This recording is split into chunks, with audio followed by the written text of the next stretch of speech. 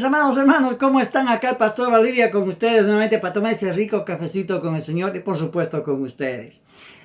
El otro día estábamos hablando, recuerde que esta es una serie de 5 prédicas sobre hábitos espirituales y esta es la segunda prédica que hacemos con ustedes, que vamos a tocar el tema de el meditar la palabra de Dios. Habíamos hablado de escudriñar y habíamos dicho que escudriñar es tener que estar ahí enfocados, leer la palabra que no podíamos nosotros entender muchas veces porque es un proceso y que Dios no nos llama a entender sino a leer su palabra, a tener que estar día y noche escudriñando su palabra. Eso nos iba a dar el entendimiento, ¿se acuerdan? Bueno, ahora vamos a hablar sobre el meditar. El meditar tiene que ver más con una palabra hebrea que dice agaj. Agaj es rumorear, tiene que ver con hablar con uno mismo. ¿Me dejo entender? Nosotros tenemos que hacer que la palabra que hemos recibido día, por ejemplo, usted recibió Jehová es mi pastor y nada me faltará. Justamente usted todo el día tiene que estar reflexionando, Jehová es mi pastor y nada me faltará. Jehová es mi pastor y nada me faltará. Jehová es mi pastor. Y en esa repetición, eso va a romper barreras, estructuras espirituales, formas de pensar inclusive que tenemos en el corazón.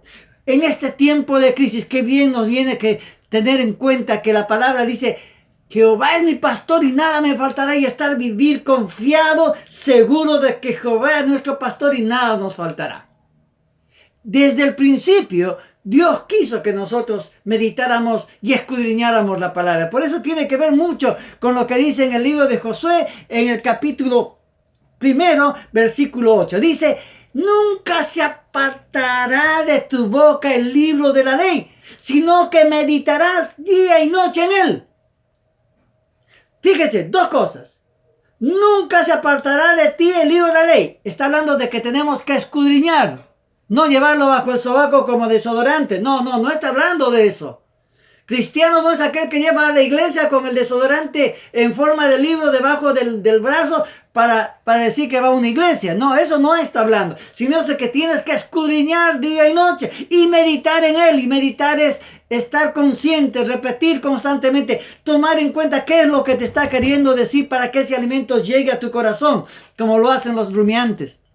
Estamos ahí, porque cuando usted va a hacer eso, la palabra de Dios es tan hermosa que te dice, y uno puede decir, pero ¿para qué tengo que meditar día y noche la palabra? Para que entonces, dice la palabra, hará prosperar tu camino y todo te va a salir bien. Qué maravilloso que es Dios. Cuando tú escudriñas la palabra, cuando tú meditas la palabra, dice que Él va a hacer prosperar tu camino y todo te va a salir bien. Y cuando Dios dice que todo te va a salir bien, por supuesto que es que todo te va a salir bien. Ahora, ¿podemos meditar mal la palabra? Por supuesto que sí. Muchos hombres meditan tan mal la palabra que sacan la palabra de contexto. Fíjense un ejemplo burdo, sencillo, para que usted me entienda. El otro día escuchaba que decían, el que cree en mí, como dicen las escrituras, de su interior correrán ríos de agua viva. Eso es lo que dice en el texto de Mateo. Sin embargo, un varón decía, el que cree en mí, de su interior correrán ríos de agua viva. ¿Estará correcta esa meditación? Por supuesto que no, porque tú vas a preguntar a cualquier persona si cree en Dios y te van a decir que sí, pero creen a su manera. Pero la palabra dice que cree en mí como dicen las escrituras. Fíjese la diferencia en meditar la palabra. Entonces, cuando tú meditas la palabra, no eres fácil de engañar.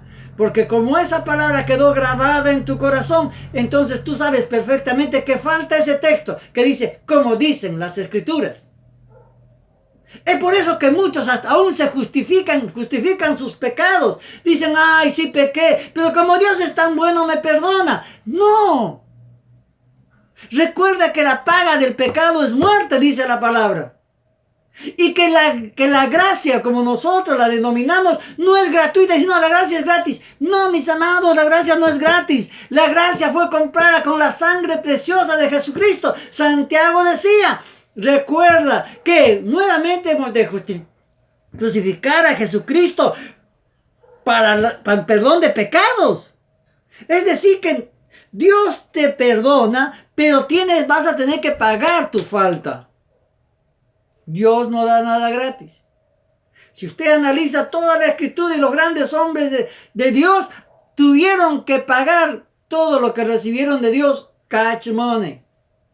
Y aún David, que según la palabra dice que es conforme al corazón del Señor, su pecado tuvo que pagarlo. Amados, tenemos que meditar la palabra tal como es y aprender a juzgar también, meditando la palabra con amor, con paz, con paciencia, con benignidad. Amado, recuerde, medite la palabra, escudriñe la palabra. Los saludo. Recuerde, si este video ha sido de su complacencia y de su agrado, no se quede con él. Compártalo. Haga crecer a otros hermanos en la fe, que yo no los conozco, por supuesto, y que seguro será una bendición tenerlos acá. Tápese la boca. No salga a la calle si puede. Recuerde, Jesucristo lo ama mucho y por supuesto este humilde servidor también. Hasta la siguiente charla y siguiente cafecito. Nos vemos. Hasta luego.